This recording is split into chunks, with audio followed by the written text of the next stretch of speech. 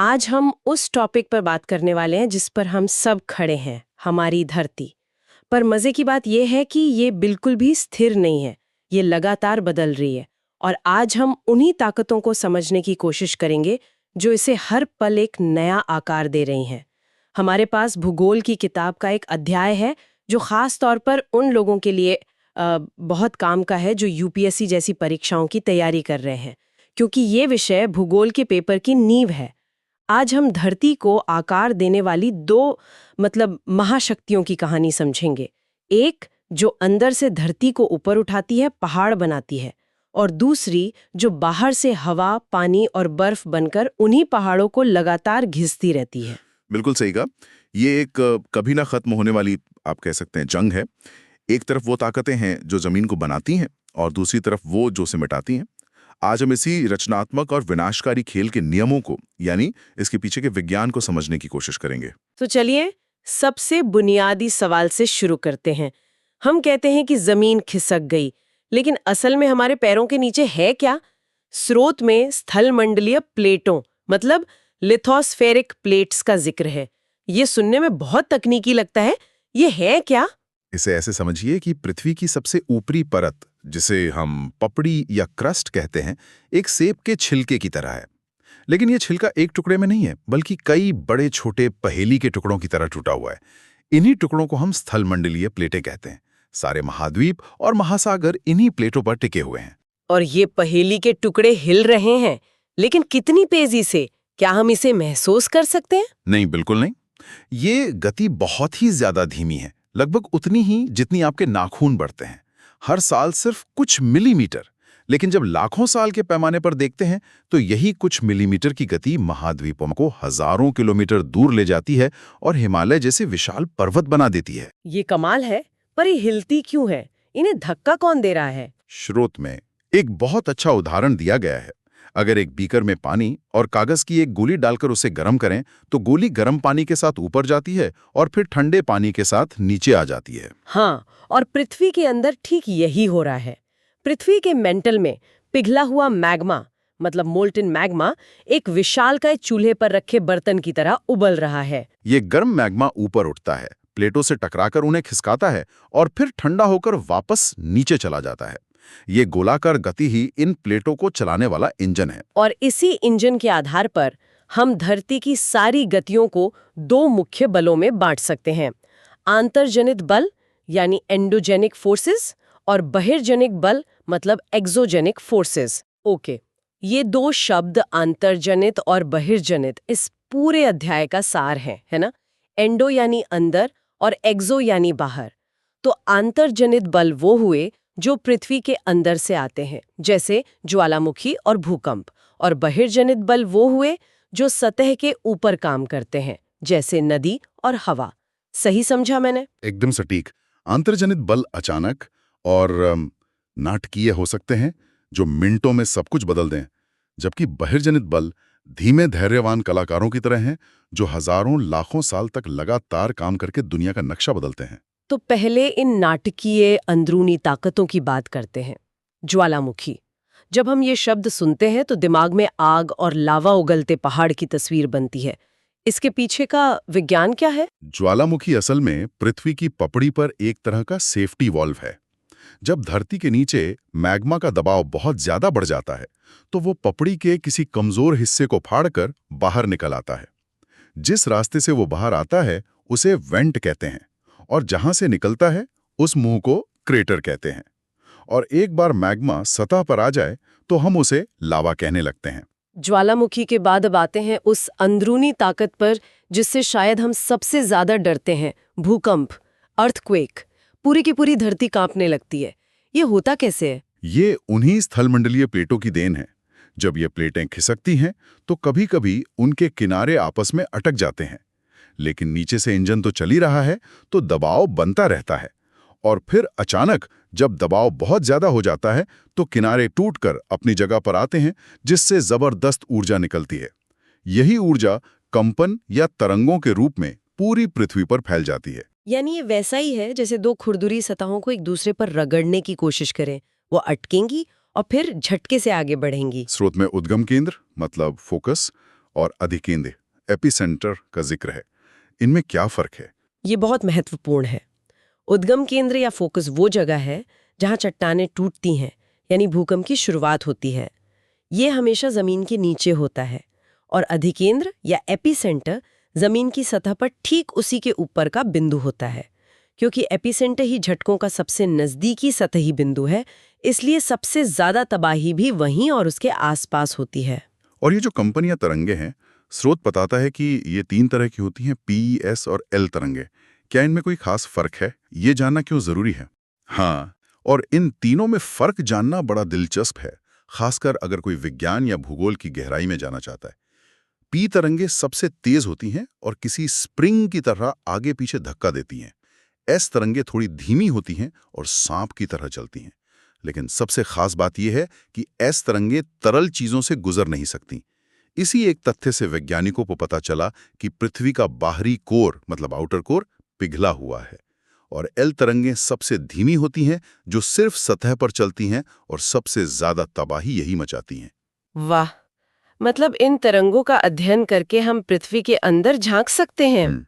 एक मिनट, अगर भूकंप की भविष्यवाणी नहीं हो सकती, तो फिर ये रिक्टर पैमाना, रिक्टर स्केल हमें बताता क्या है? क्या ये सिर्फ तबाही होने के बाद हमें बताता है कि अरे ये तो बहुत बड़ा था? इसका व्यावहारिक उपयोग क्या है? बहुत अच्छा सवाल है। हाँ, भविष्यवाणी तो संभव नहीं है, लेकिन रिक्टर स्केल हमें भूकंप की तीव्रता या परिमाण बताता है। 2.0 तीव्रता का भूकंप शायद आपको पता भी ना चले, लेकिन 7.0 का मतलब महाविनाश है। इसका व्यवहारिक उपयोग यह है कि इससे इंजीनियरों को ये समझने में मदद मिलती है कि किसी खास इलाके में इमारतों को कितना मजबूत बनाना है। ये आपदा प्रबंधन टीमों को बताता है कि कितनी तबाही हुई होगी और कितने संसाधनों की जरूरत पड़ेगी। और तैयारी की बात करें तो स्रोत में भुज में 2001 में आए भूकंप का जिक्र है। वो केस स्टडी पढ़कर तो रोंगटे खड़े हो जाते हैं। 26 जनवरी जब सब जश्न मना रहे थे और 6.9 की तीव्रता के भूकंप ने कुछ ही पलों में सब कुछ मलबे में बदल दिया। हाँ, और वो केस स्टडी हमें सबसे जरूरी सबक सिखाती है, जागरूकता और तैयारी। हमें पता होना चाहिए कि भूकंप आने पर क्या करना है। किसी मजबूत मेज के नीचे छिपना, घर के किसी भीतरी कोने में जाना और आग लगने वाली जगहों, शीशे की खिड़कियों और चिमनी से दूर रहना। जापान जैसे देशों ने इसी तैयारी के दम पर बड़े-बड़े भूकंपों का सामना करना सीखा है। यह है आपदा प्रबंधन, डिजास्टर मैनेजमेंट का एक मुख्य हिस्सा है, जो सिविल सेवा परीक्षाओं के लिए भी एक अहम टॉपिक है। भूकंप और ज्वालामुखी तो वो ताकतें हैं जो मिनटों में दुनिया बदल देती हैं।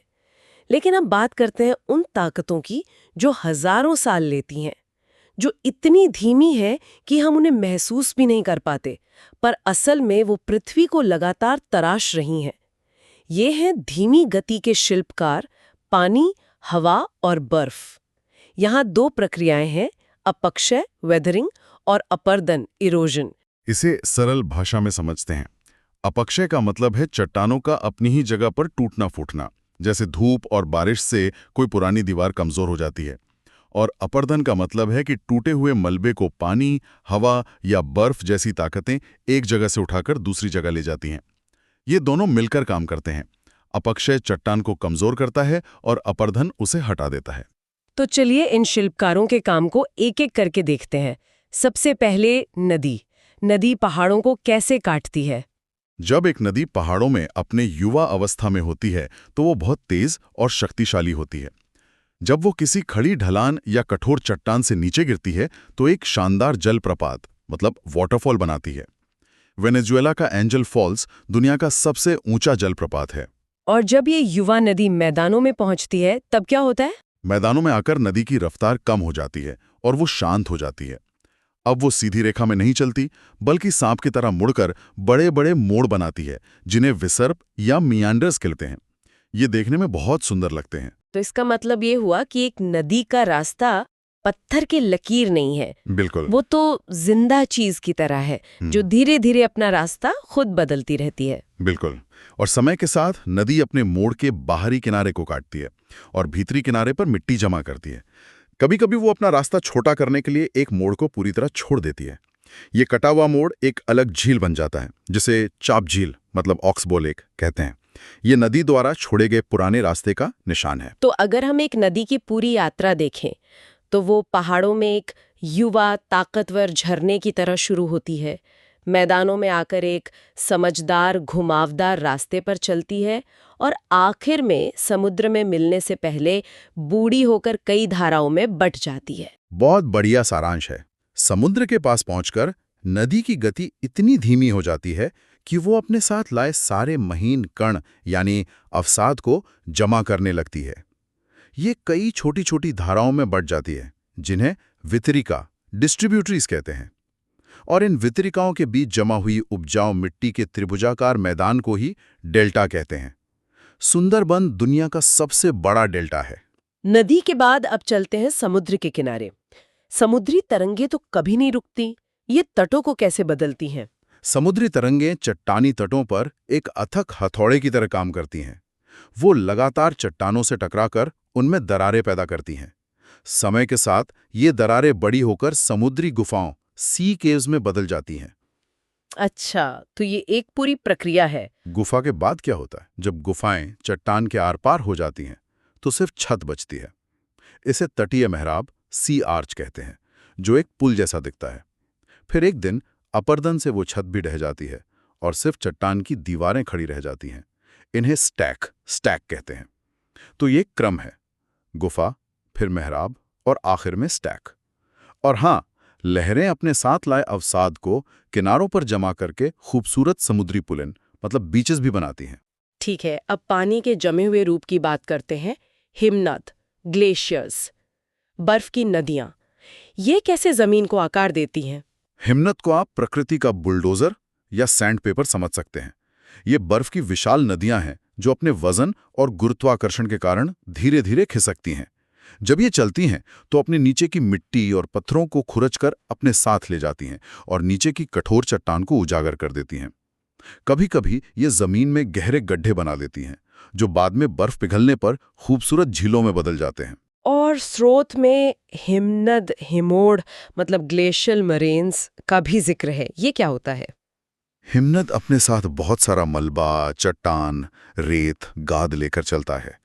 जब हिमनद पिघलता है तो वो इस सारे मलबे को वहीं छोड़ देता है।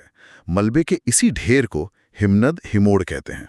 अच्छा, तो ये हिमोड़ मतलब वो मलबा है जो ग्लेशियर अपने साथ लाता है।